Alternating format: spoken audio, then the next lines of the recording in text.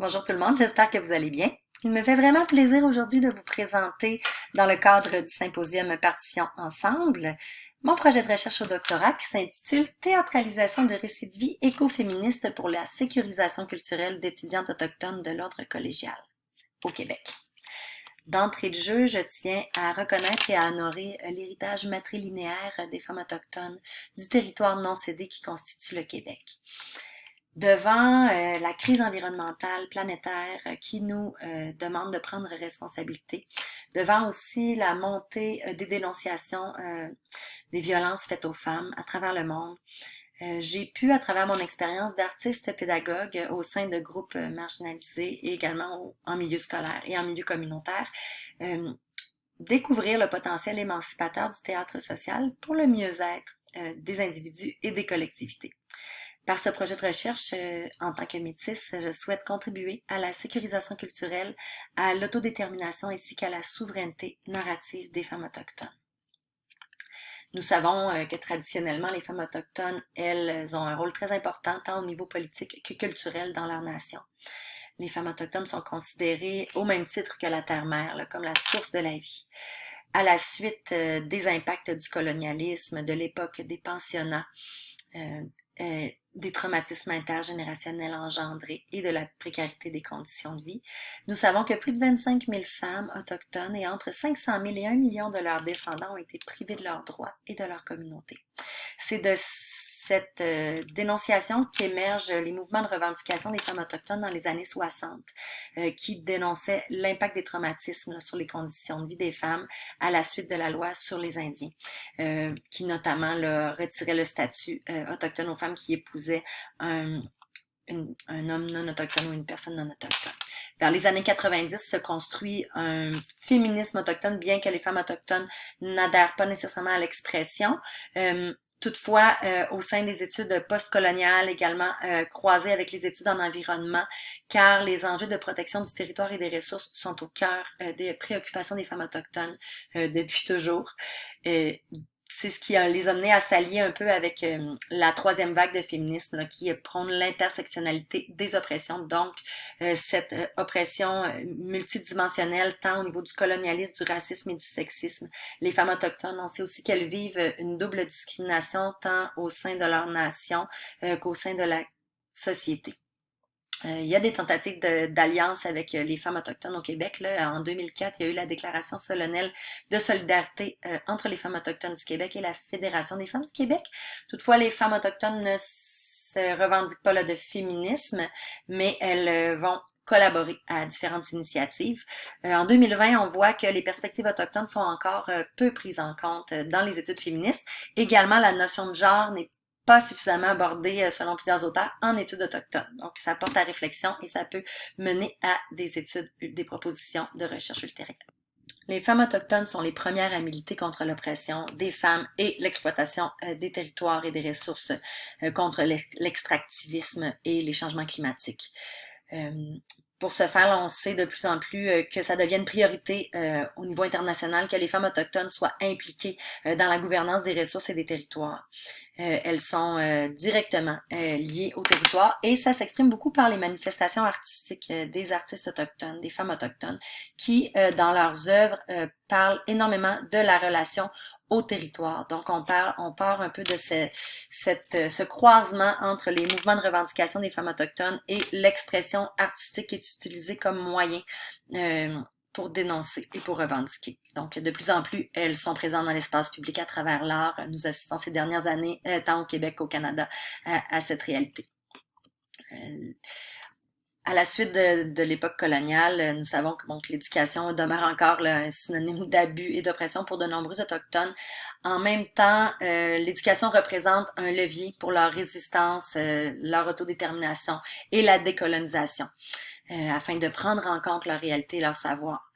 Donc, nous savons qu'en dépit de tous ces traumatismes-là, les femmes autochtones entreprennent de plus en plus d'études postsecondaires, car pour elles, ça représente un moyen de s'élever de leurs conditions et de devenir des ambassadrices pour leur famille, leur communauté et leur nation.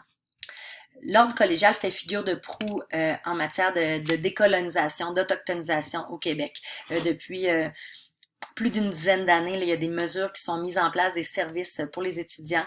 C'est le plus fréquenté par les femmes autochtones. Elles y ont le meilleur taux de diplomation que les hommes autochtones. Dans leur profil, là, on voit que les femmes autochtones font un retour aux études plus fréquemment. Donc, elles sont plus âgées que les femmes non autochtones de l'ordre collégial. Et ce qui fait qu'il y en a plusieurs qui sont mariées ou mères monoparentales dans une grande proportion.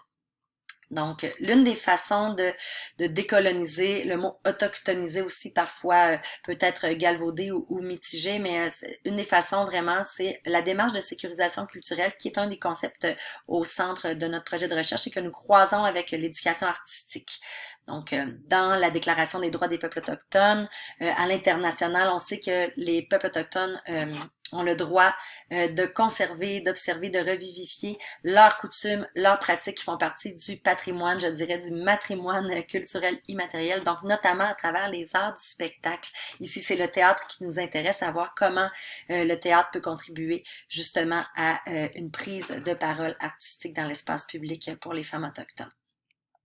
Et nous savons que le théâtre, depuis la nuit des temps, là, est un moyen de résister, un moyen de nommer les injustices aussi et également de traduire notre époque. Donc, voici nos objectifs de recherche. Je vais chercher à développer avec des étudiantes autochtones de l'ordre collégial une démarche de théâtralisation de récits de vie écoféministes. Donc, on va voir plus tard de quelles approches en théâtre, en recherche théâtrale je m'inspire, afin de décrire les effets de la démarche sur le mieux-être holistique. Dans le modèle d'apprentissage chez les premiers peuples, le mieux-être comporte 4 dimensions. Le mieux-être au niveau physique, mental, émotionnel et spirituel.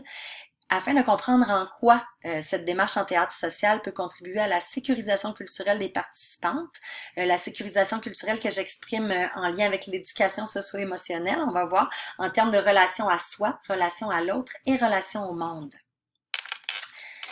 Au niveau de mon univers conceptuel, vraiment, c'est le modèle holistique d'apprentissage tout au long de la vie des Premières Nations qui va chercher dans ses racines tous les domaines de savoir, tant liés au monde humain, au territoire, aux langues, aux traditions, aux cultures et à la spiritualité. Les approches pédagogiques développées en études autochtones sont des approches informelles par l'expérience de pédagogie active et collective dans le lieu, dans le territoire. Les notions d'entraide, de partage, d'écoute, de respect des anciens et de révérence à l'environnement, à la terre, sont très présentes. Donc, on va tenir compte de tous ces concepts-là dans l'approche développée par, pour et avec les étudiantes autochtones. La sécurisation culturelle, il y a plusieurs définitions. Elle a fait couler beaucoup d'encre ces dernières années. La définition que j'arrête ici, c'est vraiment, il s'agit d'une vision holistique basée sur le principe de justice sociale.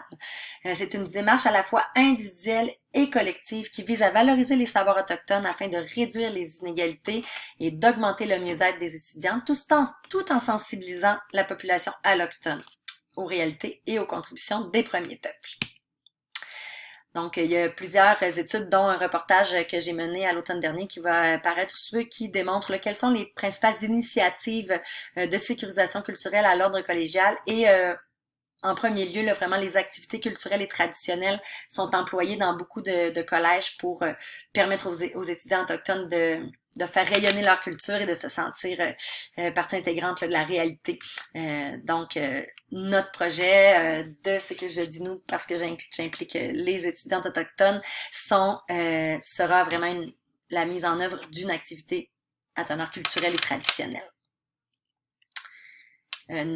Ici, ça m'amène à parler vraiment des apports du théâtre social là, au niveau de la défense de groupes sociaux. Bon, on sait que le théâtre social au Brésil avec Augusto Boal était de la lignée de la pédagogie de l'opprimé et de la libération de Paulo Freire, le philosophe de l'éducation. On sait que le théâtre social se décline sous plusieurs formes de nos jours. Il s'agit d'un outil éducatif dans le sens où je l'entends ici en tant qu'enseignante en art dramatique. C'est un outil éducatif qui peut offrir un espace pour créer et transformer la réalité en partant d'expériences personnelles et de réflexions collectives. Donc, le théâtre social, plusieurs y recherchent des mondes qui contribuent à développer le savoir-être, le savoir-faire et le savoir-devenir, ce qui nous permet de faire des liens avec le modèle holistique d'apprentissage des Premières Nations.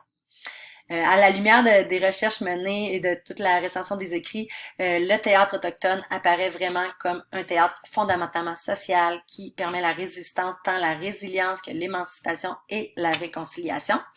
Donc, il est ancré dans des pratiques rituelles ancestrales et il permet d'exprimer les enjeux identitaires et culturels. Il y a des œuvres théâtrales réalisées par des femmes autochtones qui ont démontré que par un rituel cathartique, on permettait d'évacuer le traumatisme. Donc, c'est un peu aussi ce qu'on va vouloir faire avec les étudiantes dans une perspective de revendication qui est orientée en partie par le féminisme afin de permettre une reprise de pouvoir des femmes autochtones sur leur vie. Donc, le théâtre social, je croise aussi avec les apprentissages socio-émotionnels, l'éducation socio-émotionnelle qui est un champ de recherche en émergence aussi et qui a peu été abordé en contexte autochtone. J'ai développé un outil pour permettre favoriser les apprentissages sociaux et émotionnels et un climat scolaire et socio-éducatif positif et bienveillant en milieu autochtone.